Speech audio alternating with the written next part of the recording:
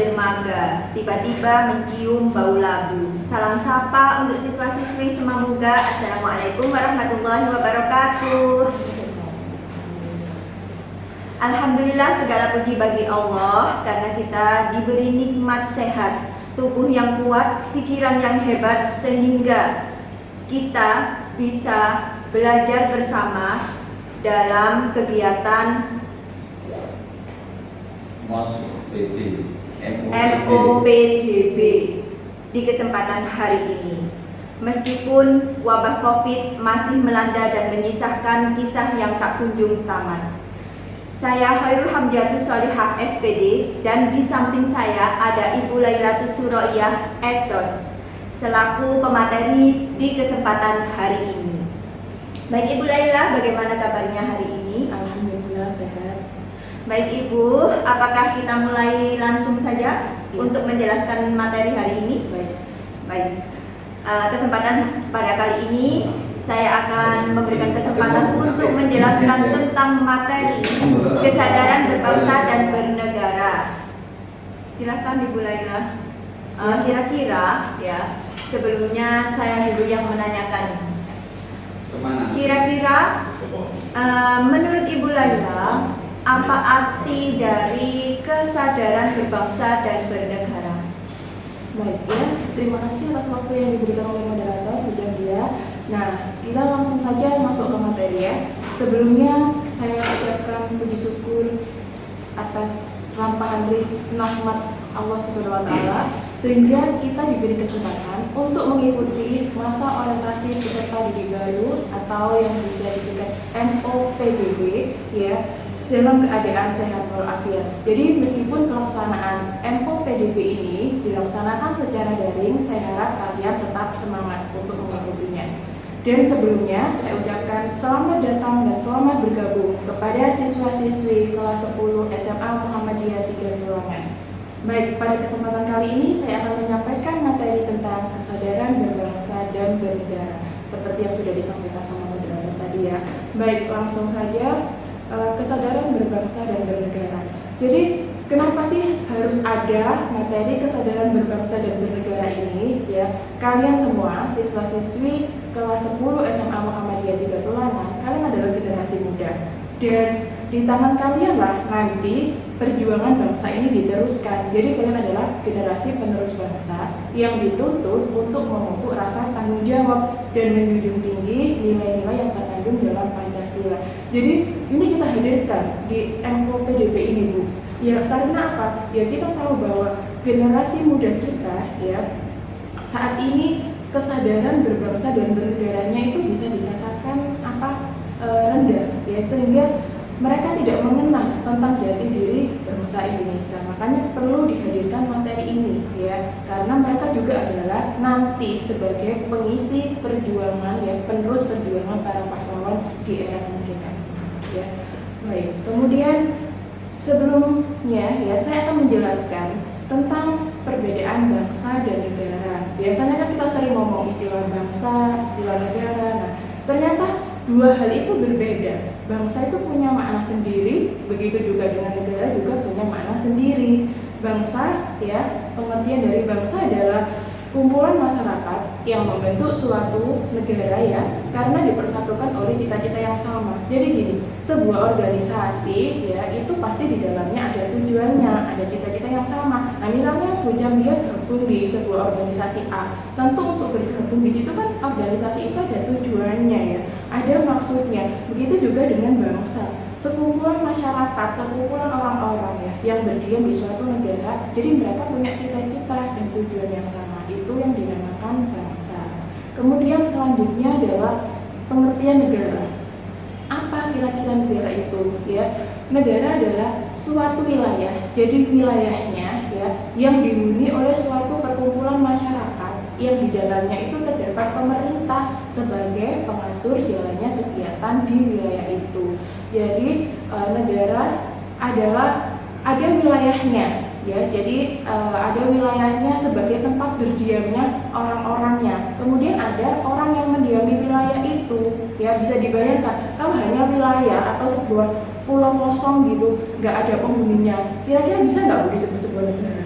Kan bisa dibayangkan ya, ada sebuah pulau aja, ada wilayah aja nggak ada orangnya. Nah itu nggak bisa disebut sebagai negara. Jadi ada wilayahnya, ada wilayah sebagai tempat tinggalnya, kemudian ada penghuninya, ya ada penghuni, ada rakyatnya, kemudian ada pemerintahnya, ya ada pemerintah yang berdaulat. Jadi pemerintah ini yang bertujuan untuk mengatur atau mengorganisasi rakyat yang di dalamnya tadi. Kemudian sudah ada wilayah, sudah ada rakyat, sudah ada pemerintah yang berdaulat, harus ada pengakuan dari negara lain. Jadi ada negara lain yang mengakui bahwa oh itu ada sebuah negara yang berdiri. Nah itu adalah butuh pengakuan dari negara lain. Jadi keempat itu tadi merupakan syarat dari terbentuknya sebuah negara. Ada wilayah, rakyat, pemerintah yang berdaulat, dan pengakuan dari negara lain. Baik, kemudian sekarang kalian sudah tahu bedanya bangsa dan negara. Selanjutnya adalah tentang tujuan. Kira-kira untuk apa sih negara itu dibentuk ya? Tujuannya untuk apa?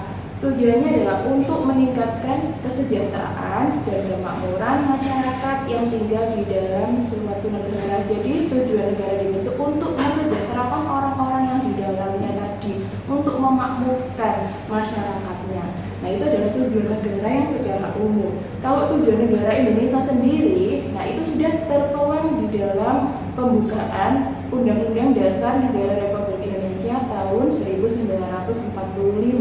Di situ sudah dicantumkan ada 4 tujuan negara. Nah, ini saya rasa anak-anak biasanya sudah hafal ya, karena kalau sekolah tatap muka ya kalian biasanya mengikuti yang namanya upacara bendera. Biasanya di pelaksanaan upacara bendera itu ada pembacaan pembukaan UUD ya. Jadi saya rasa kalian tidak asing dengan kalimat apa yang tercantum di dalam pembukaan UUD ya. Di situ disebutkan tentang tujuan negara. Yang pertama adalah melindungi segenap bangsa Indonesia dan seluruh tumpah darah Indonesia. Yang kedua, memajukan kesejahteraan umum. Yang ketiga, mencerdaskan kehidupan bangsa. Yang keempat, ikut melaksanakan ketertiban dunia yang berdasarkan kemerdekaan, perdamaian abadi, dan keadilan sosial.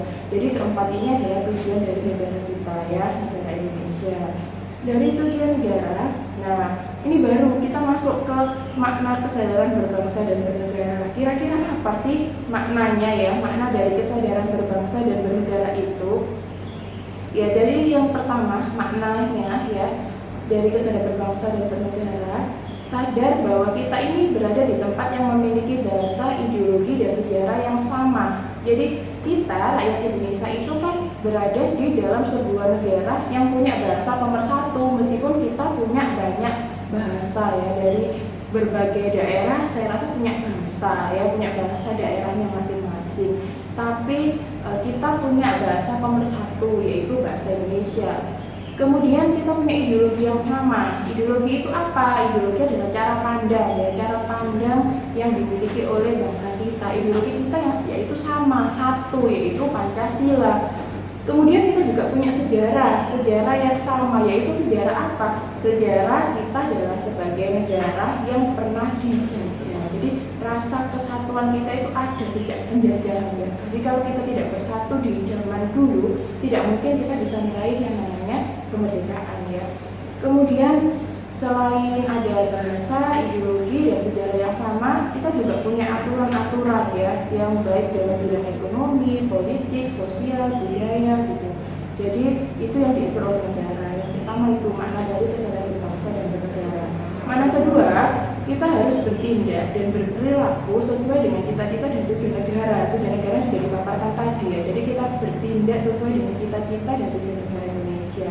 Kemudian yang ketiga, makna yang ketiganya, kita tidak boleh berbuat sesuatu yang merugikan atau membahayakan bangsa dan negara lain ya. Jadi kita harus bertindak sesuai aturan-aturan yang berlaku seperti itu ya. Sebagai warga negara yang baik Bu, kita jangan sampai melanggar aturan yang sudah dibuat pemerintah. Nah contohnya aja kita di era pandemi seperti sekarang ini. Pemerintah kan sudah menerapkan aturan, ada namanya protokol kesehatan ya. Ada 5M itu ya, apa beda Pak 5M itu? Ada memakai masker, ya, menjaga jarak, kemudian mencuci tangan, ya, kemudian menghindari kerumunan dan menjauhi mobilitas. Nah 5M itu ya. Jadi itu adalah aturan yang dibuat oleh pemerintah. Nah Nah, kita sebagai warga negara yang punya rasa kesadaran berbangsa dan bernegara, ya kita harus patuh terhadap itu, jangan sampai kita melanggar. Nah, seperti itu ya, itu adalah contoh aturan yang saat ini sedang harus kita jalani dan kita taati gitu. Tapi selain itu juga di era globalisasi saat ini ya, kesadaran berbangsa dan bernegara di kalangan rakyat Indonesia, khususnya di generasi muda kita, itu adalah mengalami penurunan ya Bu ya. Benar sekali. Ya, jadi misalnya contoh penurunannya, nah itu mereka suka budaya asing ya. Jadi generasi muda kita loh, kita lihat anak didik kita, iya itu ke anak didik kita, peserta didik kita biasanya mereka suka budaya-budaya asing, kemudian lebih suka dengan budaya asing, bahkan ada yang sampai fans fanatik begitu ya. Iya, nah itu termasuk hal-hal yang menyimpang. Kenapa? Ya karena budaya mereka itu tidak sesuai dengan kepribadian kita.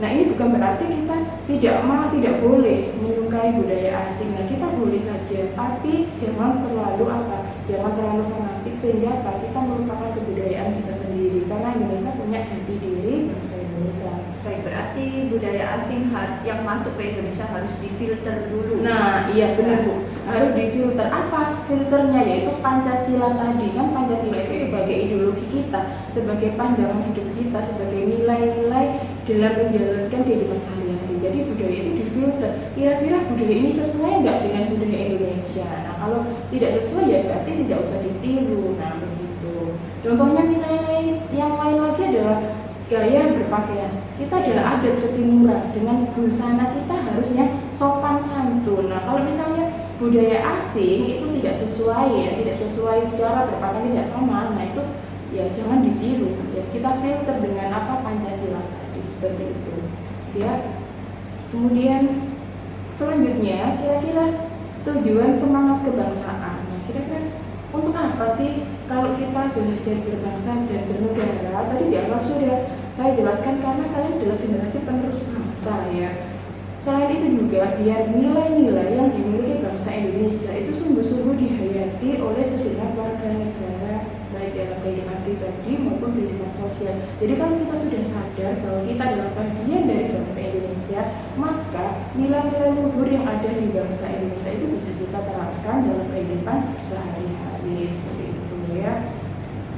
Nah kemudian selanjutnya ada faktor pendukung kesadaran berbangsa dan bernegara. Jadi kesadaran berbangsa dan bernegara itu tidak bisa secara instan gitu aja, tapi harus ada faktor pendukungnya. Ada faktor pendukung, beberapa faktor pendukung ya. Yang pertama adalah tingkat keamanahan pejabat negara. Amanah. Jadi amanah itu artinya apa? Kalau diserai jabatan kita harus amanah. Tingkat keamanan pejabat negara artinya apa? Jujur dalam menjalankan tugas dan kewajibannya. Itu yang pertama. Yang kedua, ada pemerataan pembangunan di setiap daerah.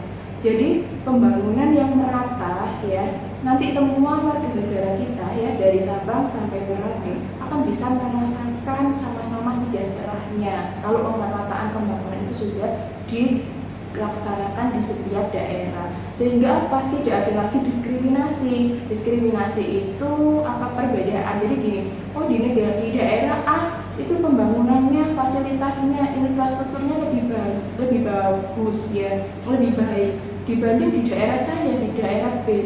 Nah, makanya di situ diperlukan adanya pemerataan pembangunan ya, biar tidak ada diskriminasi tadi. Kemudian yang ketiga, adanya kepercayaan terhadap wakil rakyat dan pemerintah. Wakil rakyat dan pemerintah itu adalah orang-orang ya yang kita pilih melalui yang namanya pemilihan umum ya. Jadi biasanya kita setiap 5 tahun sekali kita ada milih yang namanya anggota DPR. Kita juga milih yang namanya presiden. Nah, itu mereka adalah wakil rakyat kita, karena mereka adalah menyalurkan aspirasi kita ya. Jadi masyarakat di antara rakyat kita punya aspirasi, nah disalurkan melalui wakil rakyat itu. Yang ketiga, yang keempat ya maaf, itu adalah tegasnya hukum dan aturan pemerintah. Jadi hukum dan aturan yang sudah dibuat pemerintah itu harus dijalankan secara tegas. Biar keadilan dan kedamaian itu bisa terlaksana dengan baik.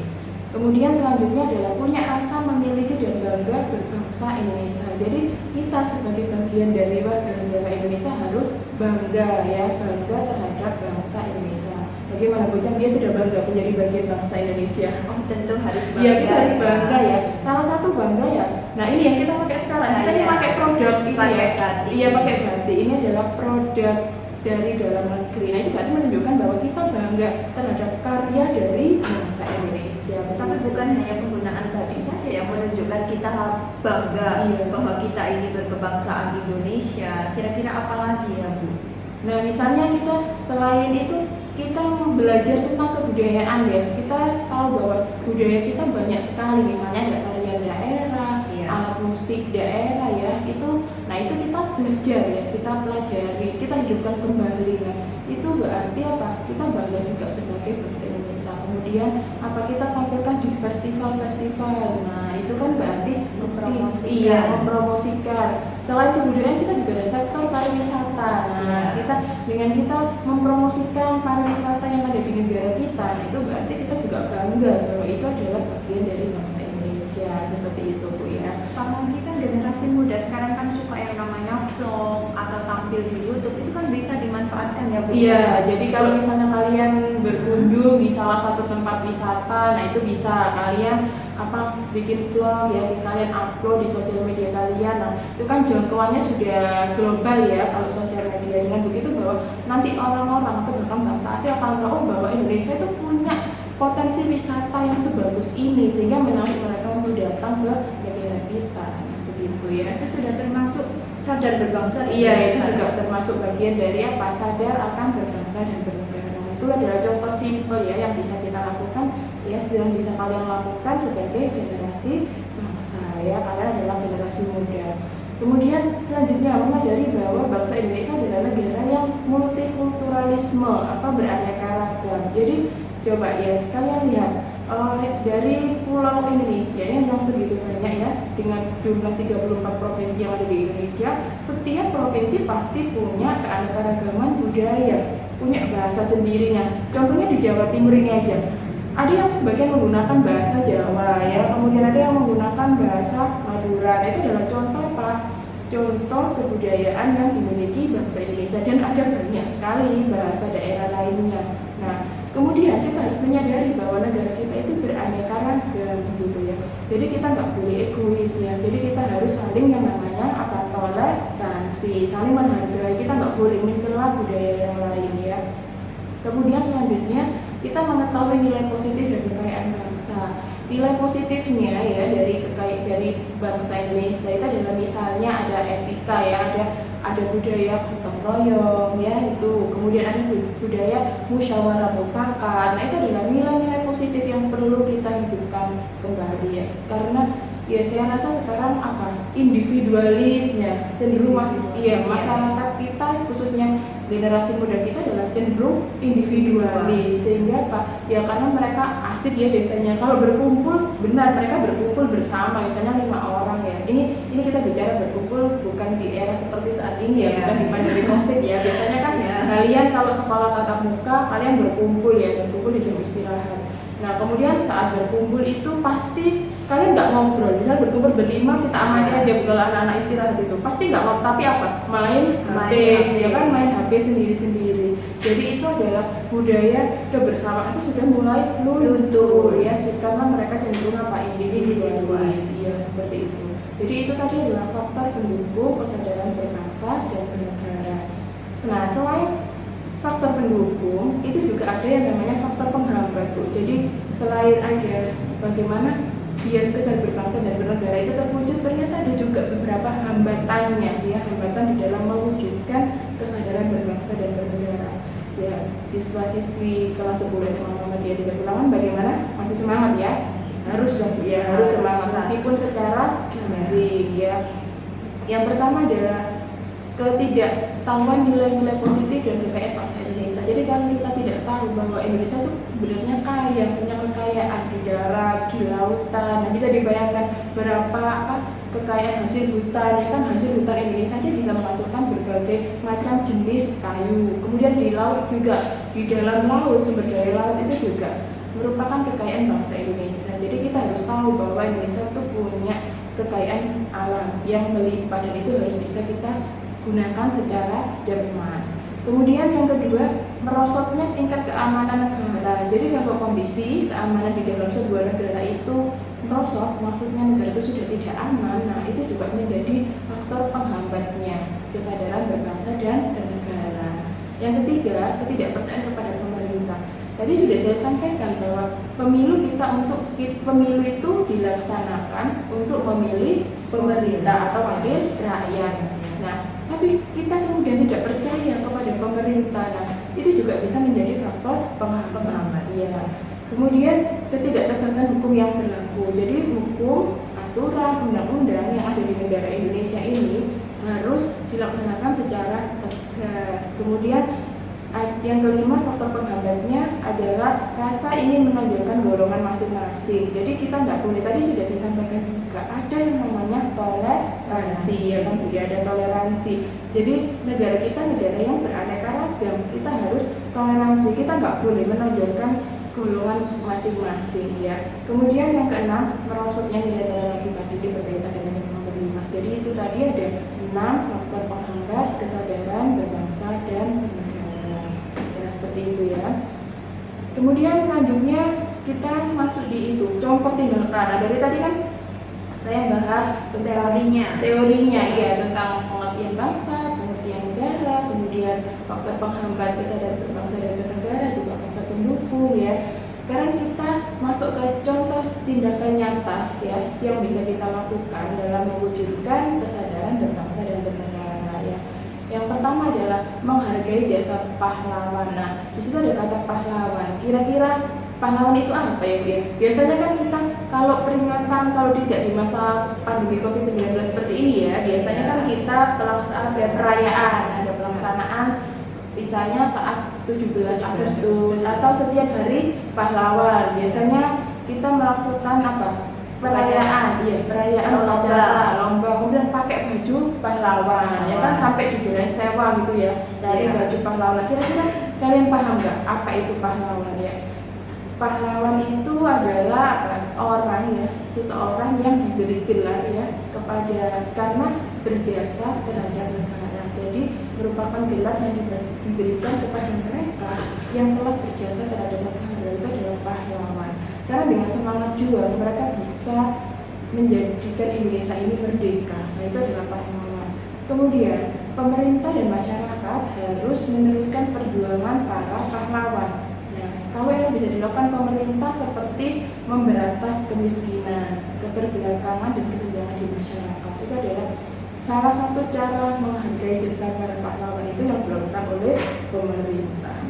Lalu kalau misalkan anak-anak ini sebagai siswa, kira-kira apa yang bisa dilakukan?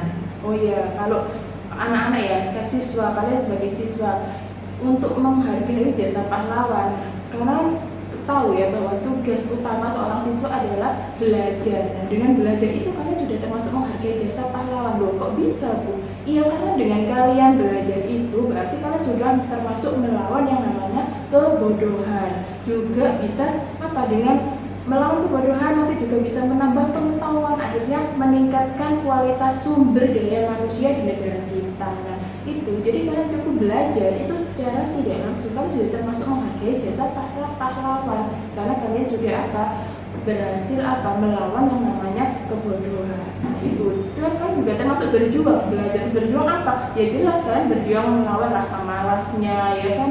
Kemudian kalian berjuang untuk memperoleh nilai yang bagus. Nah, itu juga sebuah wujud untuk menghargai jasa para pahlawan. Nah, kemudian yang kedua ya, contoh yang kedua ini tadi sudah disampaikan ya, sedikit di depan sudah kita singgung ya Bu ya, bahwa memakai produk dalam negeri. Nah, itu adalah termasuk contoh tindakan nyata yang mewujudkan kesadaran berbangsa dan bernegara. Produk dalam negeri, kita harus bangga memakai produk dalam negeri.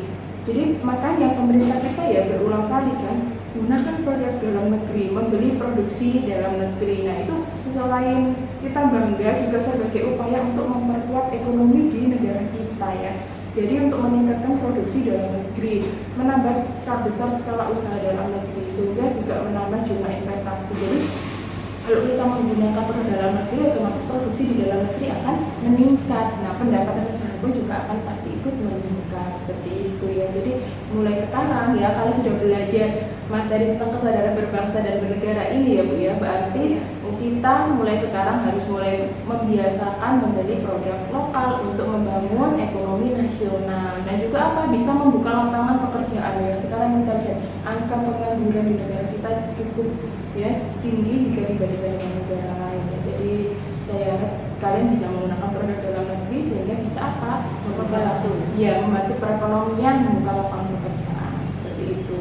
Kemudian selanjutnya ya, ada contoh tindakan selanjutnya untuk mewujudkan kesadaran berbangsa dan bernegara adalah ya dengan giat belajar tadi untuk memberantas kebodohan, kemudian dengan memfilter budaya luar yang tidak sesuai dengan kepribadian bangsa, kemudian mengangkat martabat bangsa Indonesia, kemudian mematuhi segala aturan. Jadi kita tidak boleh melanggar, kita harus jadi warga negara yang patuh pada aturan, karena negara Indonesia adalah negara hukum, jadi kita harus patuh pada hukum yang berlaku, seperti itu.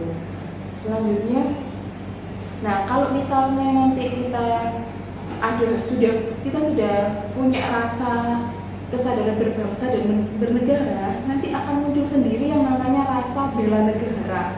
Kira-kira apa sih bela negara itu? Kita kan sering ya mendengar istilah bela negara. Bela negara adalah sikap dan perilaku warga negara dalam menjaga NKRI dari segala macam ancaman, tantangan, hambatan, dan gangguan yang dilandasi Undang-Undang Dasar 1945 dan Pancasila serta nilai-nilai bela negara. Jadi pertama itu yang harus ditimbulkan itu sadarnya dulu. Kita harus sadar dulu. Sadar dulu bahwa kita ini bagian dari bangsa. Kalau kita sudah sadar, nanti rasa memiliki terhadap bangsa Indonesia itu akan muncul, sehingga muncul yang namanya rasa bela negara, rasa untuk melindungi negara kita dari berbagai macam ancaman. Kemudian bela negara ini dibagi menjadi dua ya, ada secara fisik dan non fisik. Maksudnya apa? Kalau secara fisik ini serangan dari pihak lain yang mengancam negara. Nah ini jelas ketika masa sebelum kemerdekaan ya kan, kita berjuang melawan penjajah, kita harus mengangkat senjata dan sebagainya. Nah itu berarti kan termasuk serangan, termasuk apa? Bela negara secara fisik. Lalu bagaimana kalau kita sebagai siswa ini kan tidak di masa penjajahan dulu ya kan? Nah kira-kira sebagai siswa apa yang kita lakukan supaya kita bisa dikatakan ikut menjadi bagian dari kegiatan bela negara? Nah ini ya, bela negara ada dua tadi, secara fisik dan non fisik. Nah sekarang kan sudah nggak ada penjajahan. Apa berarti kita sekarang nggak bisa melakukan bela negara? Kita tetap bisa melakukan yang namanya bela negara, tapi secara non fisik. Contohnya adalah apa? Ya berperan aktif memajukan bangsa Indonesia. Nah contohnya gini, sekarang kita di era globalisasi dengan ditandai dengan kemajuan era teknologi yang semakin pesat ya. Nah kemudian dengan teknologi itu kita harus bisa menyaring mana yang baik dan mana yang tidak baik, mana berita hoax dan berita yang real. Nah itu termasuk apa?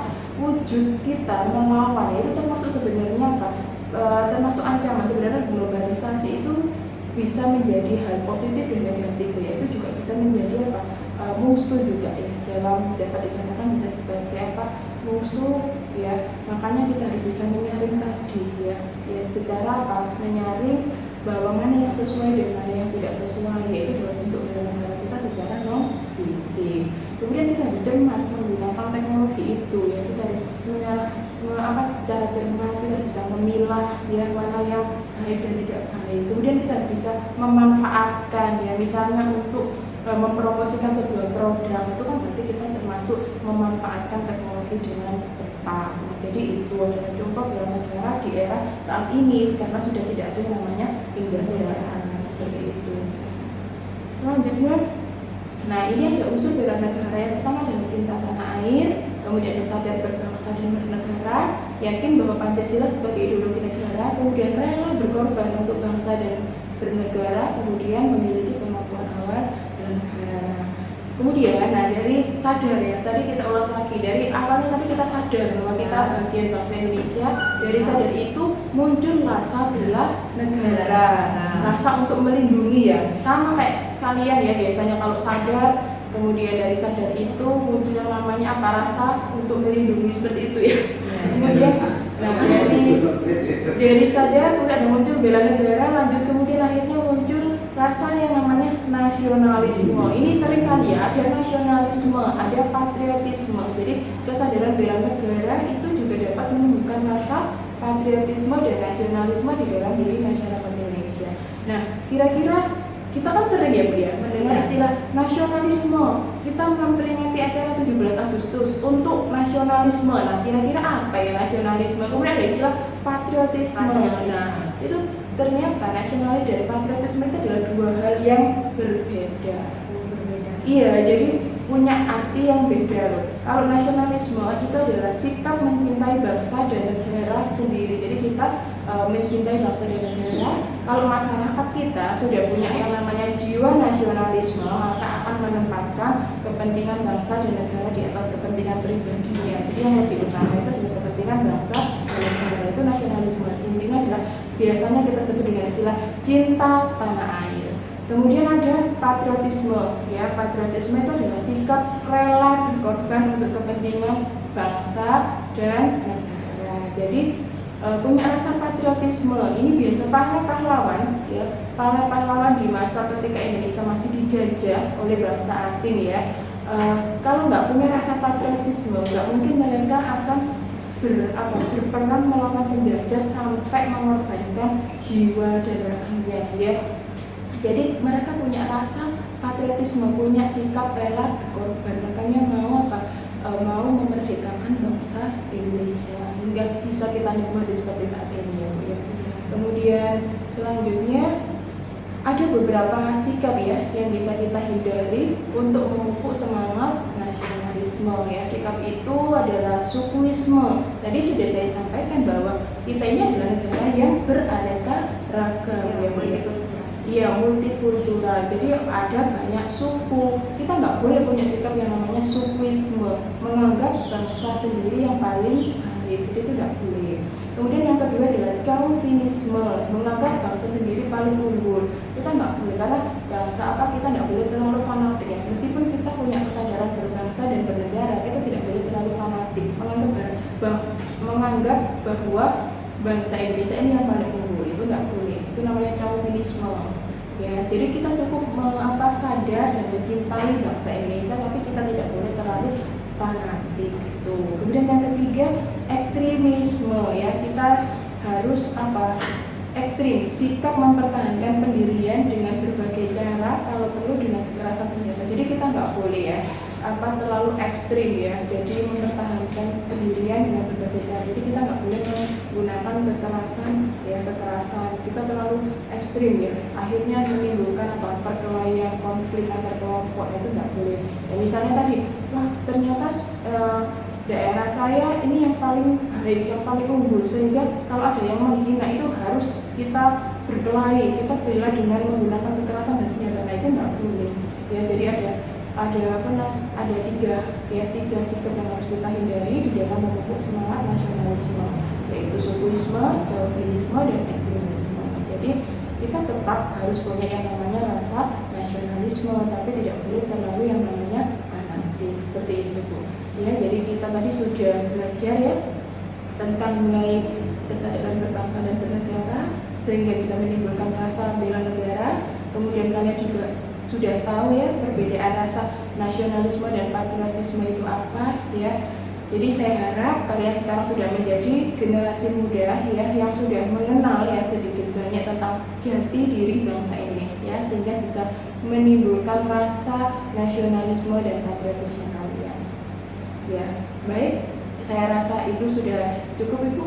Ya, baik. Terima kasih atas pemaparannya yang sudah disampaikan oleh Ibu Laila Suraya Esos terkait kesadaran berbangsa dan bernegara, di mana kalian sebagai generasi muda haruslah menjunjung tinggi yang namanya Pancasila agar menjadi pedoman kehidupan serta berperilaku dalam bernegara. sehingga Pancasila bukan hanya menjadi dogma belaka. Baik, terima kasih Ibu Laila atas pemaparannya. Semoga bermanfaat untuk kita semua. Apabila ada pertanyaan, silahkan kalian komen di bawah ini. Jangan lupa like dan subscribe Semangga TV. Terima kasih, semoga bermanfaat. Assalamualaikum warahmatullahi wabarakatuh.